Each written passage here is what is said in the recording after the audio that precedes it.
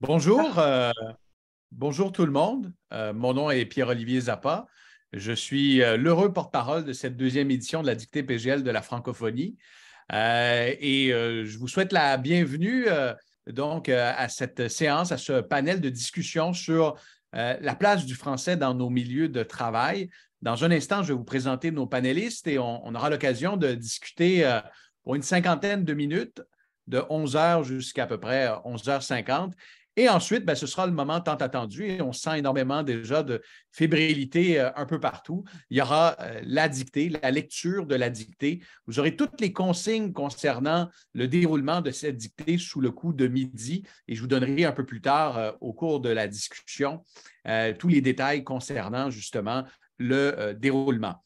Il est important de rappeler que cette dictée, c'est non seulement un exercice ludique en entreprise, c'est non seulement l'occasion de réfléchir ensemble sur la place du français dans nos milieux de travail, mais c'est aussi et surtout un moment d'arrêt, c'est comme ça que je le vois, un moment d'arrêt pour avoir cette discussion entre collègues, entre amis, sur la façon dont on valorise, protège et dont on fait la promotion de la langue sur nos milieux de travail. Vous savez, on n'est pas à l'abri au Québec d'une anglicisation qui est lente, parfois sournoise, et qui s'immisce dans nos discussions de travail.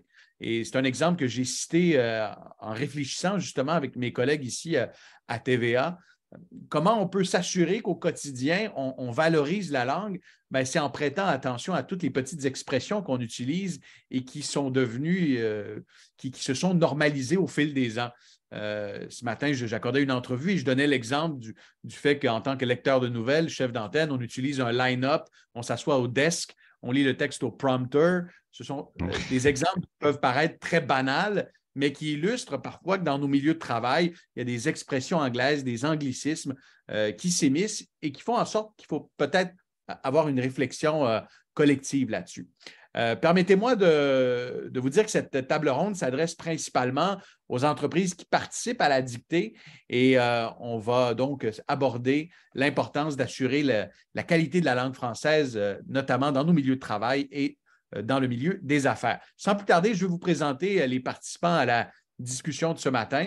Vous reconnaissez François Gérin-Lajoie, président du conseil d'administration de la Fondation. Denis Hamel, vice-président politique de la main-d'œuvre du Conseil du patronat du Québec.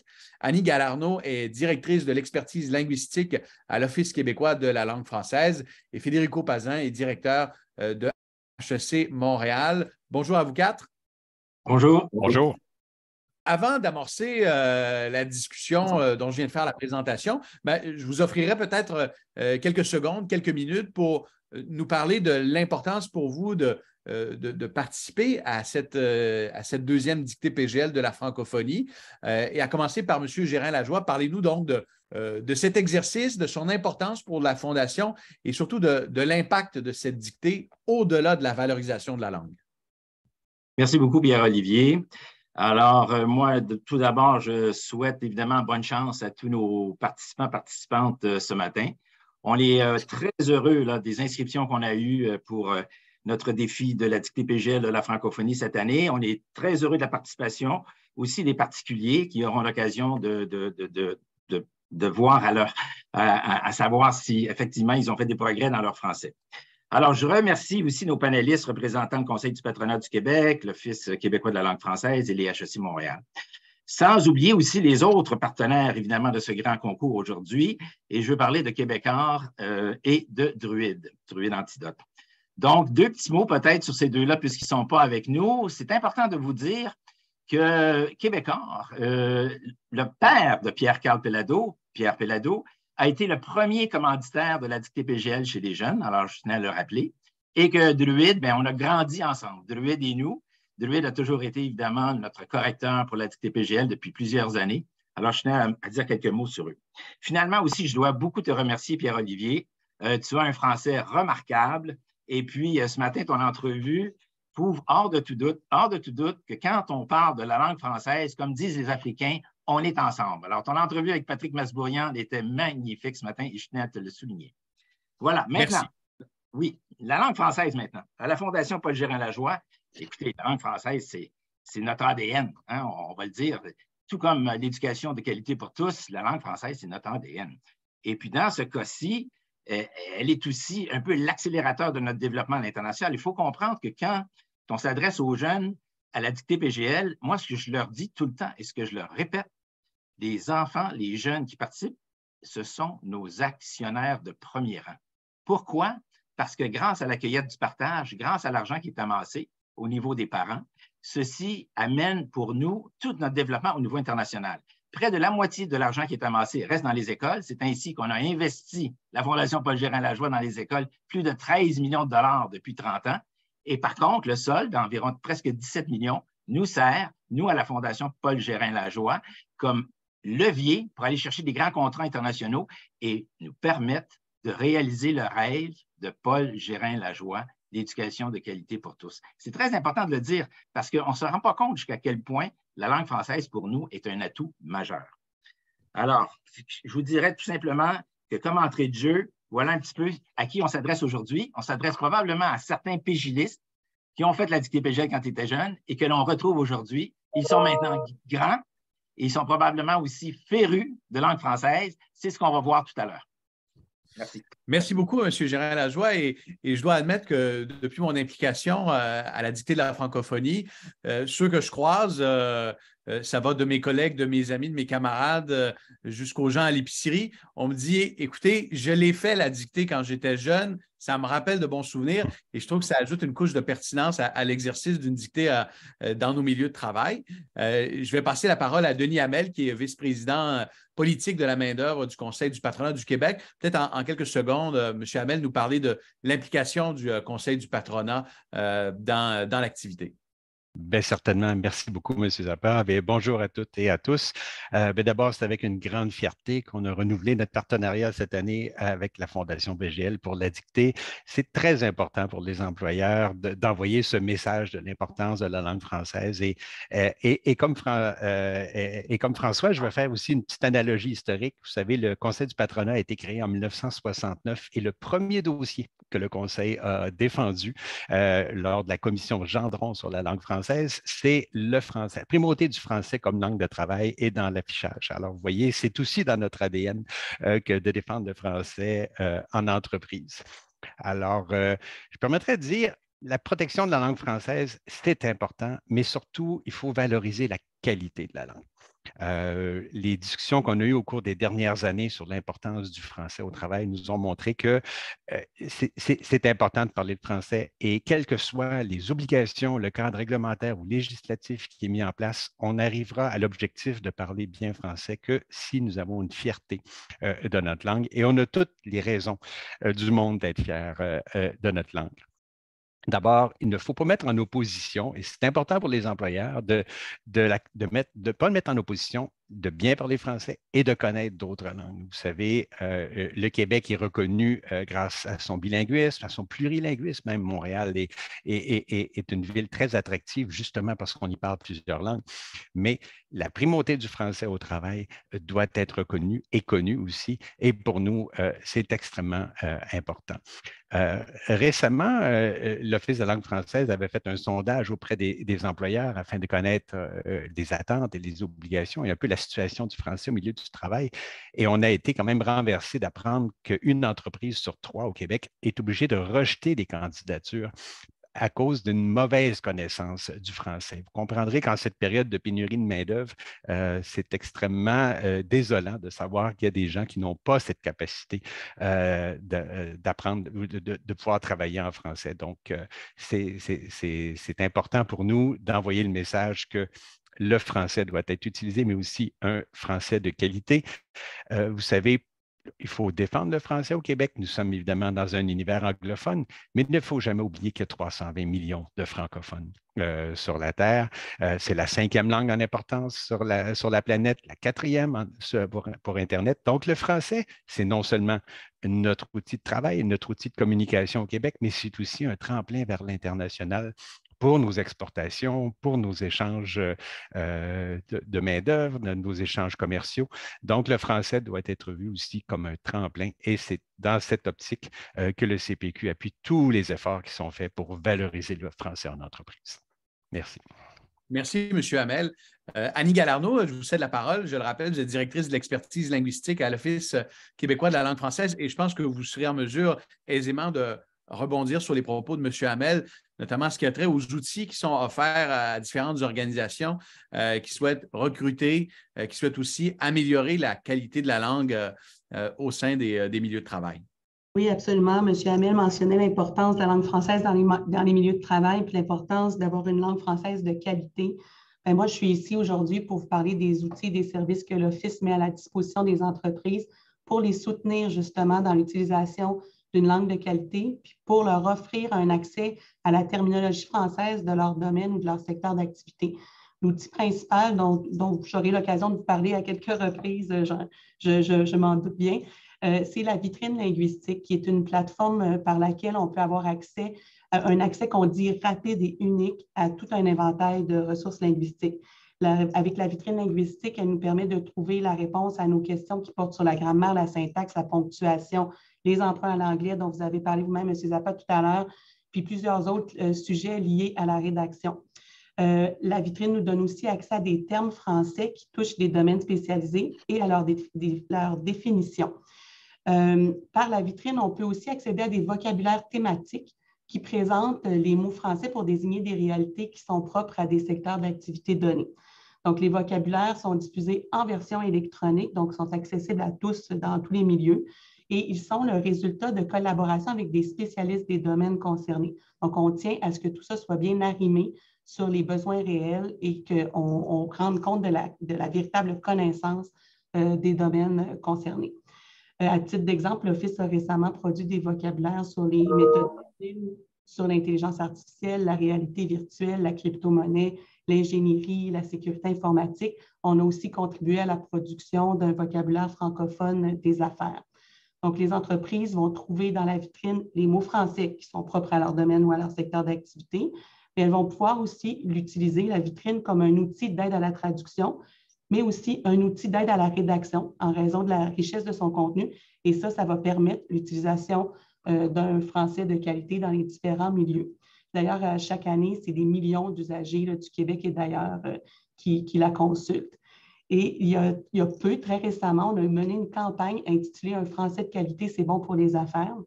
Le message de la campagne, c'était que la qualité de la langue utilisée dans une entreprise, en fait, dans ses communications, cette qualité de la langue-là a une incidence sur l'image qui est projetée par l'entreprise. Donc, il s'agissait de faire prendre conscience aux entreprises qu'employer un français de qualité, ça aide à bâtir une image de marque positive qui témoigne du professionnalisme et de la crédibilité de l'organisation. On voulait aussi faire valoir le fait qu'un français de qualité, ça contribue à fidéliser la clientèle, accroître le degré de satisfaction à l'égard des entreprises et même ça a un pouvoir de rétention sur le personnel. Donc, dans le cadre de la campagne, il y a des capsules vidéo qui étaient destinées aux entreprises qui ont été produites. Les capsules portent sur différents sujets. J'aurai l'occasion d'en reparler plus tard. On peut les visionner en ligne. On peut avoir des versions téléchargeables de ces capsules-là qui peuvent être affichées aussi dans les différentes entreprises. Voilà. Merci, Mme Galarneau. Et puis, je me permets en 30 secondes de rebondir avec une anecdote parce que dans une autre vie, j'étais enseignant dans une école secondaire sur la Rive-Sud et je me souviens très bien dans un cours sur les participes passés, 2e, 3e secondaire, un des élèves peu motivés lève sa main et me dit « À quoi ça sert tout ça? Moi, je veux devenir couvreur de toit, je veux travailler dans la construction. Ça ne me sert absolument à rien de connaître les règles et les exceptions des participes passés de la langue française. » Et la réponse à offrir aux jeunes et moins jeunes, c'est sur l'image de marque, c'est sur le fait que lorsque vous allez travailler, lorsque vous allez être en entreprise, de parler un bon français va vous amener plus de clients, va vous faire reconnaître davantage. Et je pense que ça, c'est important de le rappeler, autant à l'échelle d'un jeune dans une école secondaire qui se questionne sur la pertinence d'apprendre toutes ces exceptions qu'on retrouve dans le grévisme, autant pour nos milieux de travail qui se questionnent aussi sur la pertinence de valoriser la qualité de la langue à l'heure actuelle. Je vais céder la parole à Federico Pazin, qui est directeur de HEC Montréal et qui va nous parler peut-être de langue des des plus jeunes, ceux qui vont arriver sur le marché du travail et qui seront appelés à prendre la relève. Merci, mais je tiens d'abord à préciser là, que je suis vraiment heureux d'être en compagnie des autres panélistes. Merci de m'avoir invité. Je tiens aussi à dire à quel point HEC Montréal est très fier d'être l'hôte de la dictée là, PGL de cette année. Écoutez, c'est tellement cohérent avec l'histoire de l'école.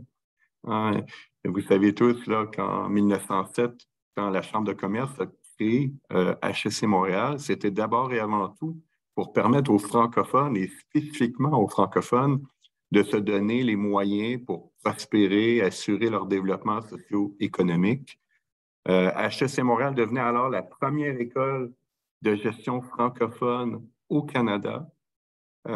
Aujourd'hui, dans un monde où plusieurs écoles de gestion européennes se tournent vers l'anglais et même abandonnent les programmes en français ou dans d'autres langues, la place que prend notre école en donnant l'exemple fait en sorte que nous sommes plus pertinents que jamais comme défenseurs là, de la langue française et de la qualité de l'expression française. Donc, en tant qu'employeur, HEC Montréal mène aussi des actions concrètes en matière de sensibilisation, de formation, de soutien linguistique, mais aussi en temps, bien sûr, d'institutions d'enseignement. Je vous donne quelques exemples du côté de nos professeurs. On recrute énormément de professeurs de l'étranger. Tous et toutes ne parlent pas nécessairement de façon très fluide à leur arrivée. On déploie des moyens importants pour faire en sorte que 3 ans après leur arrivée, ils soient tous, sans exception, en mesure d'enseigner des cours de gestion en français. On pourrait croire qu'une telle mesure le dissuade des étrangers et ça fait en sorte qu'ils ne viendraient pas chez nous. Bien au contraire, on est très attirant. C'est un défi là, qui semble stimuler des chercheurs et on en est très, très, très fiers. Puis de façon semblable, dans certains de nos programmes multilingues ou dans certains programmes offerts en anglais, beaucoup de nos étudiants démontrent le désir d'apprendre le français et on a mis en place ce que nous appelons MSC+, et MBA+, qui consiste à ajouter des cours de francisation au programme d'études de ces étudiants internationaux qui maîtrisent moins bien le français. Et ça fait en sorte que plusieurs d'entre eux restent au Québec, tombent en amour avec le Québec, tombent en amour avec le français. Et je crois que c'est vraiment la façon de faire pour attirer des immigrants là, qui veulent fonctionner en français. Donc, je suis très, très fier de ce qu'on déploie comme moyen pour faire en sorte que le français soit perçu comme un avantage plutôt qu'un inconvénient. Merci. Merci, M. Pazin. C'est très éclairant. Et M. Hamel, je pense qu'il y a aussi des entreprises, des organisations qui se questionnent à savoir comment concrètement, autant dans mes communications internes qu'externes, je peux m'assurer de la promotion, de l'apprentissage et de la maîtrise du français. Oui, bien sûr. Et puis, je pense que la clé, et on a plusieurs entreprises qui sont ici aujourd'hui pour le prouver, la clé, c'est de donner l'exemple. Très souvent en entreprise, ce qu'on voit, c'est qu'il y a peu de soucis d'accorder l'importance au français. On va utiliser des logiciels en anglais parce qu'ils sont plus accessibles, tenir des réunions en anglais parce qu'il y a 1 ou 2 ou 3 personnes qui sont moins confortables en français. Je pense que l'exemple doit venir d'en haut. Et percoler dans l'ensemble de l'entreprise. Il faut cultiver cette volonté de bien parler français. Madame Galarneau, tantôt, parlait des outils qui sont mis à la disposition des entreprises et ils sont nombreux, peut-être pas assez connus, mais c'est pour ça justement qu'on travaille avec l'Office pour s'assurer que l'information circule au sein des entreprises. Mais vous savez, cultiver une volonté d'utiliser la langue de façon d'améliorer la qualité de la langue par les courriels, par les publications, s'assurer qu'on a des logiciels, par exemple, qui corrigent nos textos. vous savez, l'image de l'entreprise auquel Mme Galarneau faisait, c'est important que l'entreprise ait une image non seulement francophone, mais vous savez comment, quand vous voyez une brochure mal écrite, quelle perception vous avez à l'égard de l'entreprise. On dit que ça ne doit pas être un produit de qualité s'ils ne se sont pas donné l'effort de produire une brochure avec un français de qualité. Donc, l'image, mais aussi fournir aux employés des entreprises tous les outils adéquats pour s'assurer une qualité de la langue. Et puis, je pense que la dictée en est une excellente façon aussi. Oui, tout à fait. M. Hamel, vous parlez des outils qui sont disponibles pour les entreprises qui sont parfois méconnus. Mme Galarneau, si vous aviez à me parler peut-être me faire découvrir justement cette boîte à outils que l'OQLF rend disponible pour les organisations du Québec. En fait, c'est ça. Je vous parlais tout à l'heure de la vitrine linguistique. Au fond, tous les outils linguistiques qui sont rendus disponibles par l'Office sont accessibles à travers cette vitrine. Il y a même une section qui s'appelle « Contenu téléchargeable » où on peut télécharger justement des affiches, des extraits de vocabulaire thématique. Donc, imaginons qu'on travaille en intelligence artificielle, les réalités apparaissent en anglais, les gens sont portés à utiliser les termes anglais. Mais s'ils ont l'habitude de voir justement dans leur milieu de travail les termes français qui sont affichés, qui voient la référence au vocabulaire complet là, qui est affiché là, sur cette affichette-là, ben, ils vont avoir le réflexe peut-être d'aller consulter le vocabulaire et de s'approprier les termes français. Et la vitrine, c'est aussi une plateforme qui permet l'interrogation de tous nos outils, tant sur le plan linguistique que sur le plan de la traductionnel. Donc, les besoins sont rapidement comblés par l'interrogation de la vitrine, tant sur le plan de la grammaire, disons, que sur le plan du terme français comme tel. Je trouve ça fort intéressant parce que il y a même des industries qui se positionnent et qui se disent on va prendre le taureau par les cornes et on va franciser nos processus, la terminologie qui est utilisée. Vous parlez de l'intelligence artificielle qui est un secteur, qui est une industrie très tendance en ce moment, mais il y a des secteurs moins à la mode, comme le secteur manufacturier, celui des polymères et du plastique. J'avais réalisé un reportage l'an dernier sur la volonté de cette industrie-là de franciser ses opérations. Je m'étais rendu dans une usine, jaser avec des travailleurs qui me racontaient à quel point il y avait du positif à travers un processus de francisation parce qu'il y a des termes qui sont utilisés depuis des décennies. Il n'y a jamais eu de questionnement. C'est comme ça que ça se dit, c'est comme ça que ça se fait. Et là, il y a cette volonté qui est exprimée dans cette industrie particulière de franciser sa terminologie. C'est encourageant. Et M. Pazin, est-ce que vous sentez justement un engouement renouvelé pour la protection du français, entre autres chez les plus jeunes, chez les universitaires? Peut-être un thème qui a été occulté ou moins d'actualité, moins priorisé ces dernières années? Moi, je dirais que je vois l'engouement, mais c'est certain également qu'on a besoin d'une langue vivante, on a besoin des termes justes qu'on va adorer utiliser. Et j'ai vu au cours des dernières années de belles avancées de ce côté-là. Hein? Regardez, il y a quelques années, les gens utilisaient spontanément « spoiler ». Quand est arrivé le mot « divulgacher », plusieurs jeunes sont tombés en amour avec le mot parce que le mot est tellement imagé, joli, intéressant à prononcer. Quand on utilise des mots qui sont déconnectés ou qu'on sent que c'est un peu forcé, c'est beaucoup plus difficile. Donc, c'est certain qu'en tant que locuteur, on se doit de faire en sorte que ces mots apparaissent et ça va faire en sorte que les jeunes vont utiliser les bons termes. Une autre chose, tout à l'heure, j'écoutais mes collègues, ça prend la direction, ça prend les outils, mais je crois que c'est très, très important aussi de mettre en place une culture où tous et chacun, on va mettre les meilleures conditions pour que celui qui désire apprendre ou s'améliorer, que ça soit facile pour lui. Je vous donne l'exemple. Souvent, quand on a quelqu'un qui est en apprentissage de la langue, il est bien possible qu'on soit moins patient et qu'on passe à l'anglais parce qu'on veut aller vite. Chose à éviter. C'est un investissement à long terme de prendre le temps, de faire en sorte que les gens vont être à l'aise et vont prendre le réflexe de s'exprimer en français. Alors que si on bascule constamment à l'anglais, mais ça va faire en sorte qu'après ça, ça va être la façon de fonctionner, ça va s'installer.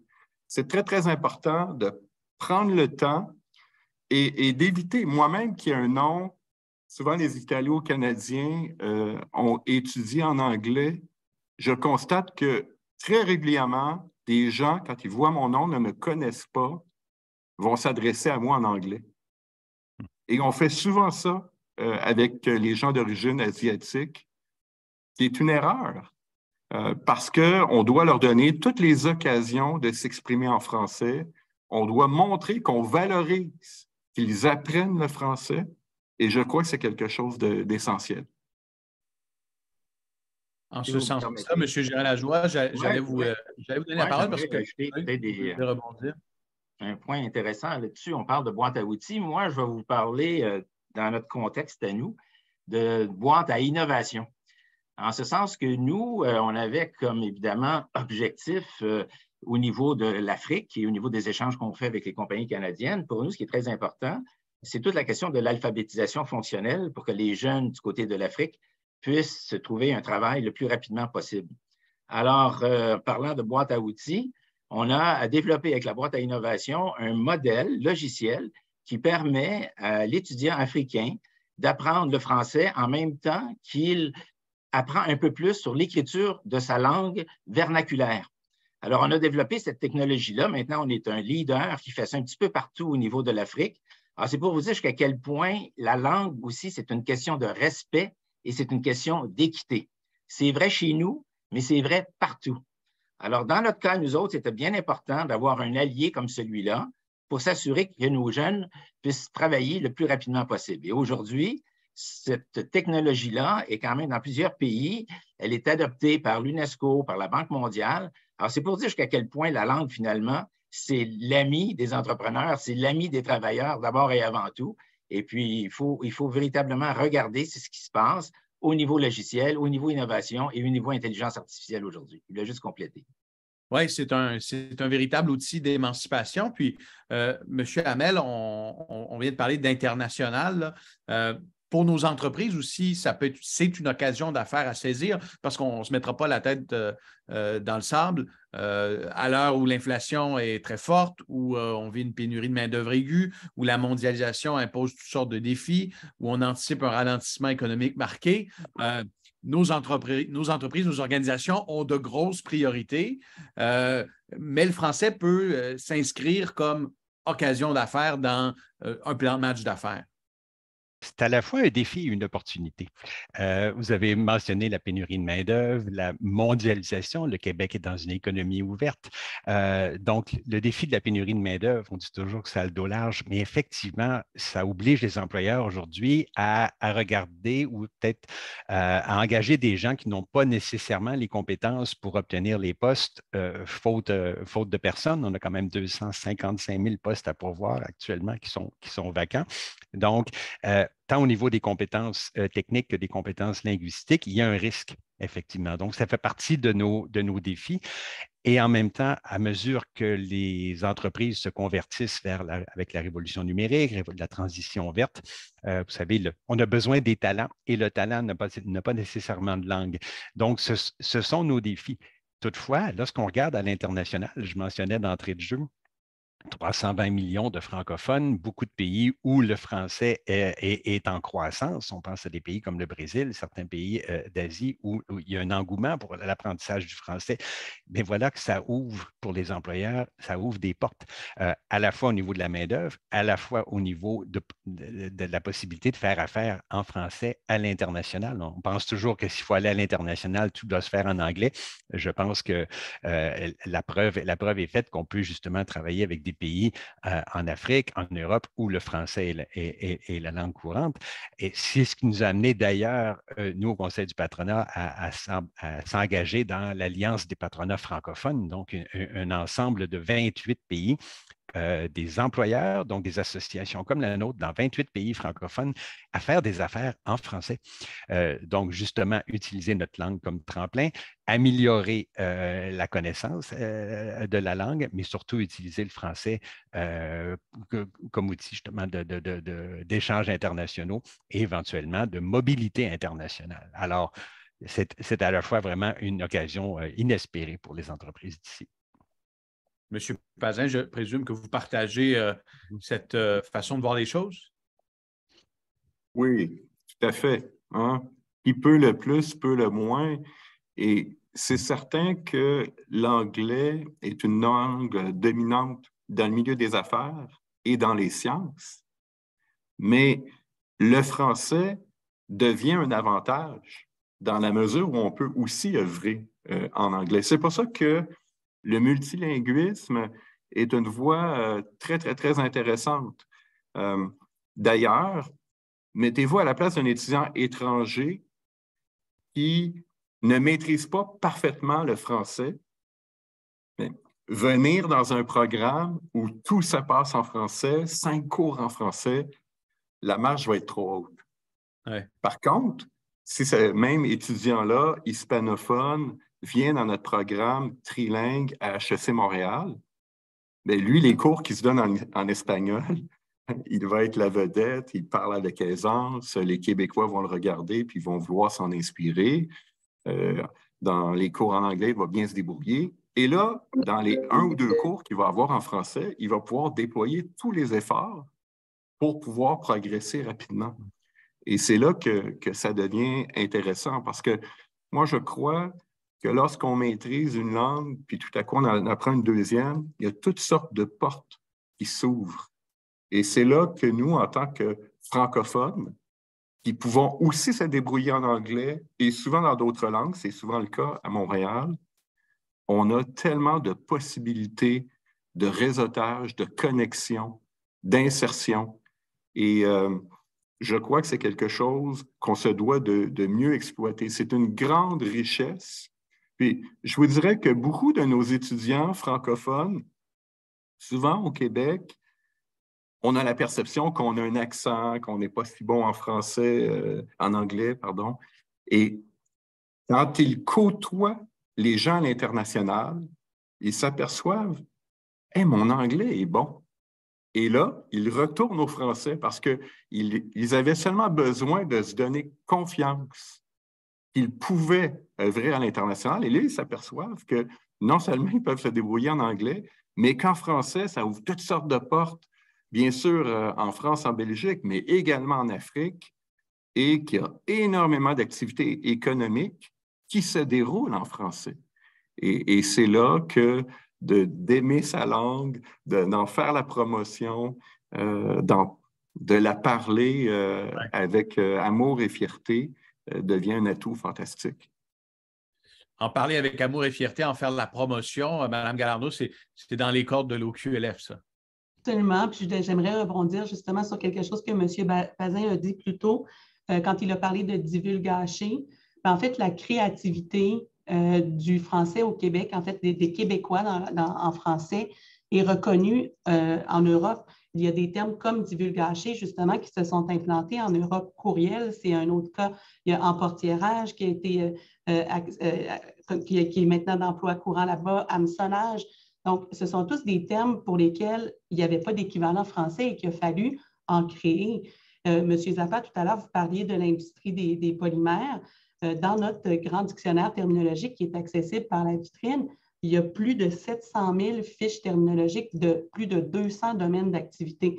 Donc, des cas de plastique, justement, bien, ça se trouve dans le grand dictionnaire terminologique, des domaines plus en émergence, comme tout à l'heure, on parlait d'intelligence artificielle, l'informatique quantique, par exemple, bien, on en trouve des termes dans le grand dictionnaire terminologique. Donc, en connaissant ce à quoi on peut accéder à travers la vitrine, bien, c'est quand même un atout majeur pour les gens qui souhaitent vraiment travailler en français. Et M. Pazin et M. Hamel, vous parliez tout à l'heure de ceux qui viennent travailler ici, on a la nouvelle main-d'œuvre, mais qui n'ont pas vraiment les compétences parfaites en français. Mais dans la vitrine, il y a aussi une section qui s'adresse aux personnes qui sont en apprentissage du français. Et dans cette section-là, il y a des vocabulaires professionnels qui ont été bonifiés en tenant compte de cette clientèle particulière-là. Donc, il y a des fichiers sonores, des illustrations, des exemples d'emplois très contextualisés. Donc, ça peut permettre à des ingénieurs, des médecins, des pharmaciens, des comptables d'avoir des outils pour être en mesure de travailler auprès de leur clientèle en français plus rapidement. Monsieur Gérald Lajoie, j'aimerais ça aussi qu'on parle de la base un peu, parce que là, on parle beaucoup de ce qu'on fait dans nos milieux de travail, mais je pense que si on veut valoriser la langue française, puis faire de cette journée, parce que la dictée va commencer dans moins d'une demi-heure, faire de cette journée un moment de réflexion, il faut également parler de nos jeunes.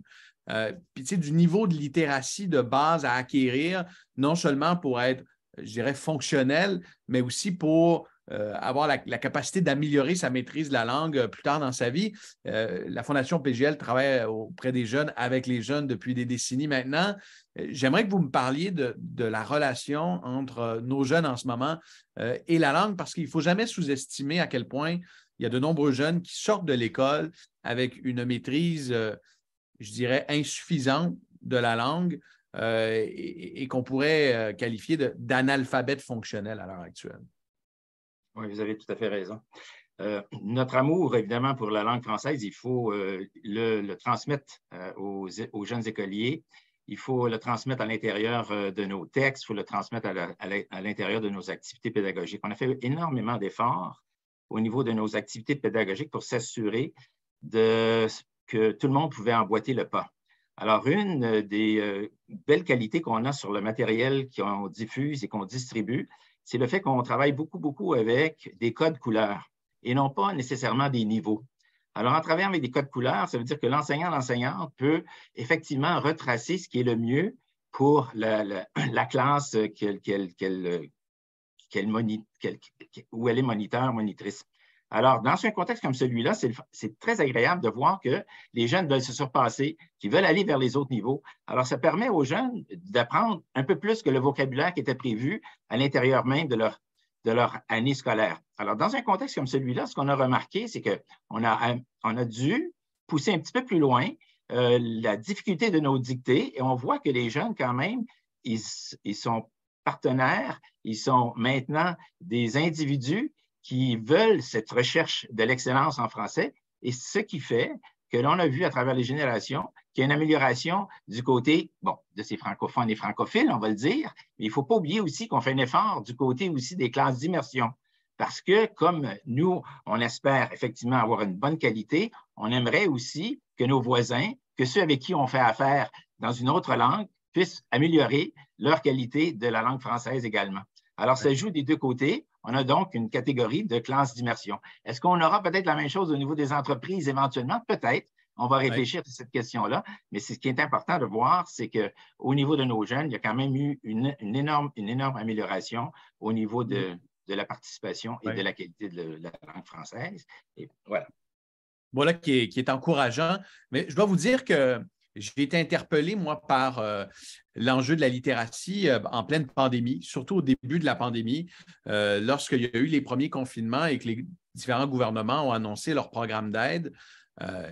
J'ai reçu énormément d'appels, de courriels du public parce que je me rendais compte qu'il y a plus de gens que ce que je pensais qui n'étaient pas en mesure de lire des procédures, de les comprendre et de les appliquer. Alors, un exemple comme lorsque la prestation canadienne d'urgence a été annoncée, les gens perdaient leur emploi, avaient besoin d'un revenu, le gouvernement offrait ce revenu-là temporairement. Ce sont des centaines de personnes qui m'écrivaient, qui nous appelaient ici à TVA en nous disant « on ne comprend pas, on ne sait pas comment faire ». Et ça, c'est parce qu'il n'y avait pas une compréhension, je dirais, quasi basique, élémentaire de la langue, leur permettant de comprendre les indications. Et je pense qu'on doit aussi garder ça en tête, M. Hamel, dans nos milieux de travail. Il y a plusieurs salariés, il y a plusieurs de nos collègues, même dans plusieurs milieux de travail, qui doivent composer avec un niveau de littératie qui est parfois inférieur à ce qu'un emploi peut commander.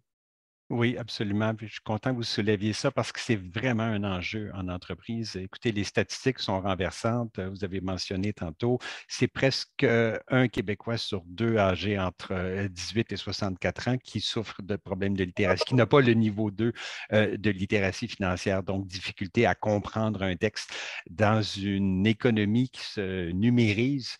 C'est vraiment, vraiment dramatique. Vous avez donné tantôt l'exemple d'une personne qui disait pourquoi j'apprendrais mes participes passés parce que je veux travailler comme couvreur ou je veux travailler dans le manufacturier. Bien, ces métiers-là, bientôt, vont se numériser et vont nécessiter une bonne connaissance. Donc, l'entreprise, qui traditionnellement n'est pas un milieu de formation, va devenir un milieu de formation. Oui, on parle des formations techniques, mais aussi on parle de formation linguistique. Bien sûr, on a parlé tantôt des non-francophones, des nouveaux arrivants qu'il faut accompagner pour la connaissance du français. Donc, en entreprise, il ne faut pas s'attendre à ce que ces gens-là apprennent le français dans des cours à temps partiel le dimanche matin. Il faut que ça se fasse en entreprise, sur le milieu de travail, mais il faut aussi penser à nos employés ici qui ont des problèmes de littératie.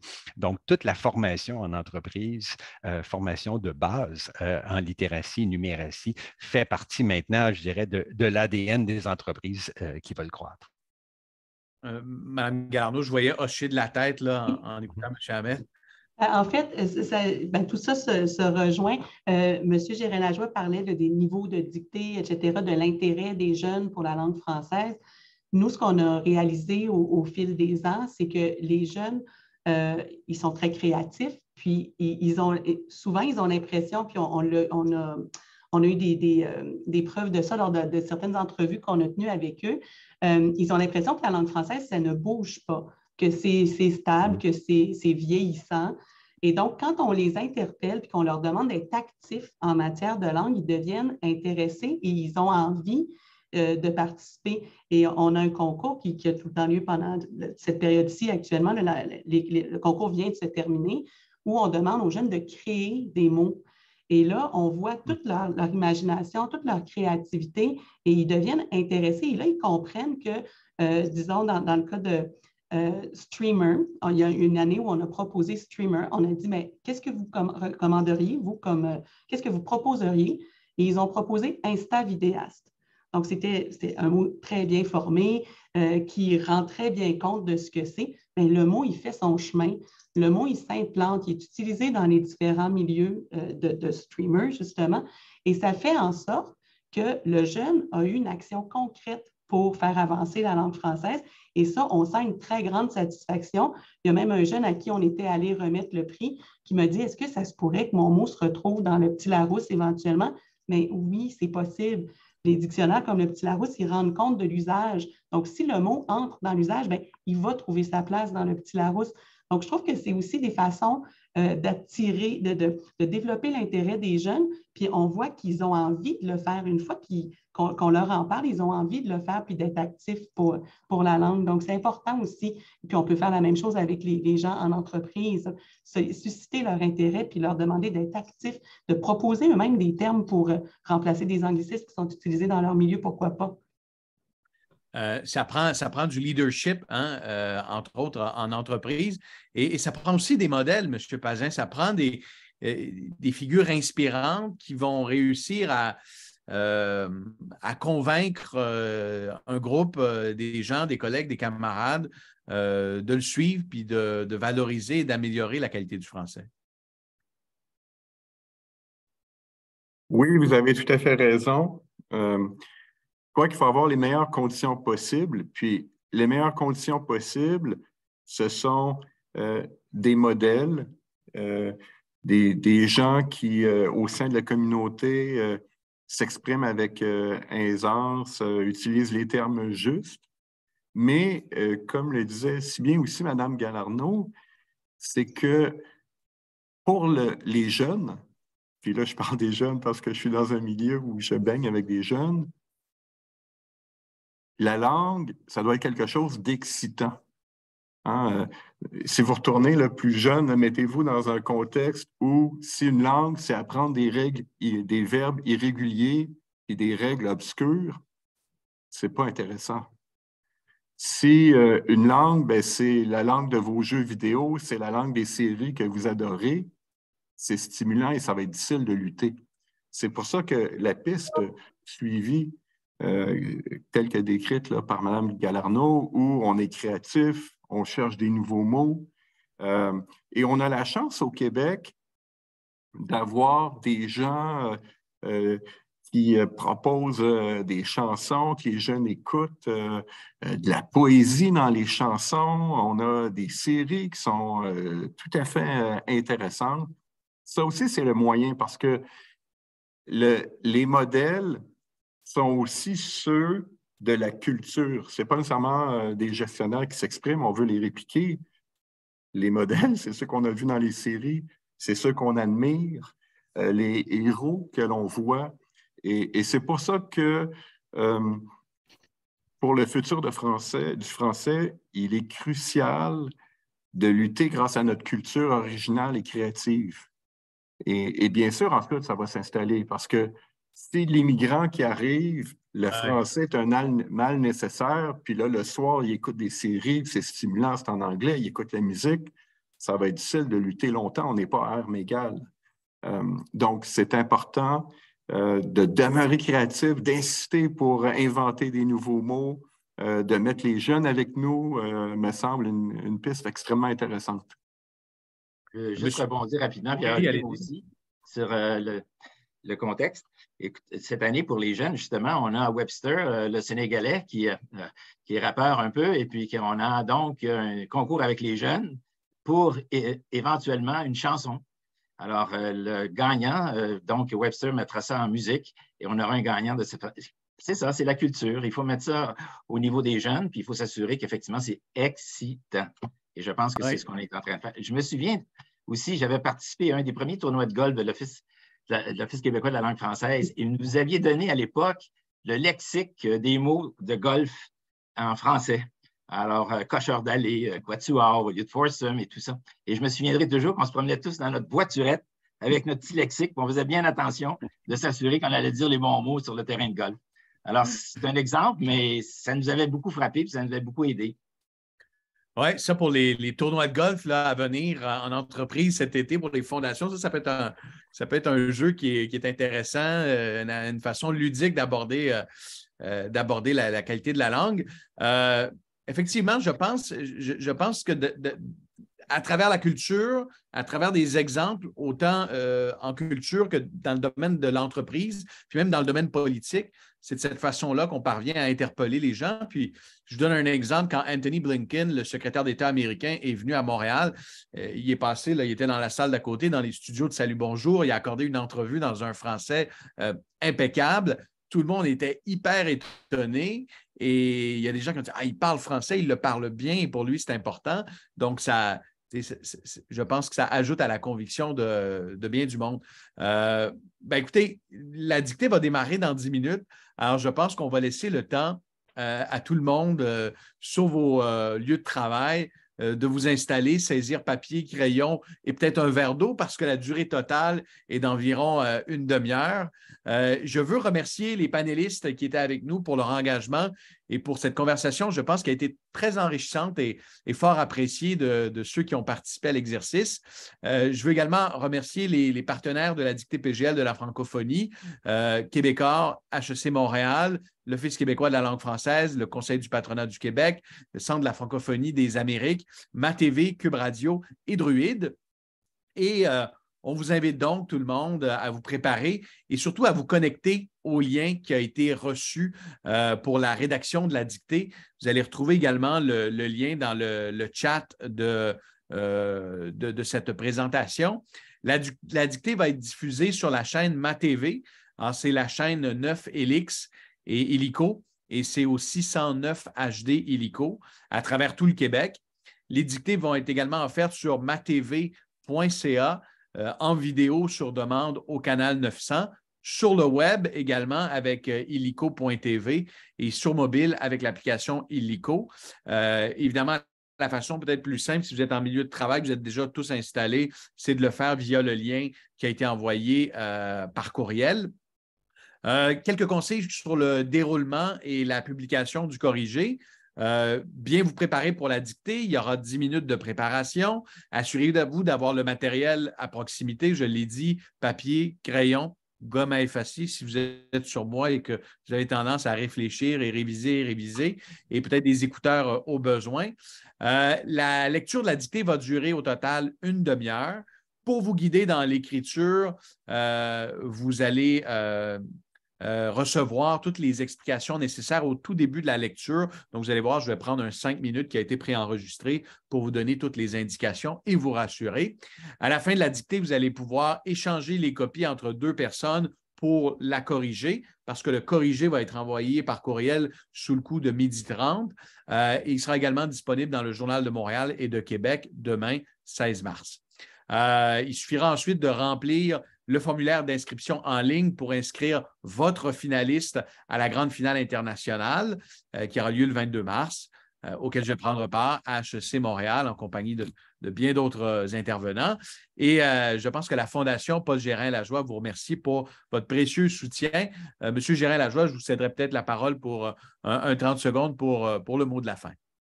C'est bien gentil. Alors, moi aussi, je remercie nos panélistes pour cette entrevue très intéressante. Et puis, j'en profite pour, encore une fois, souhaiter bonne chance à tous nos participantes.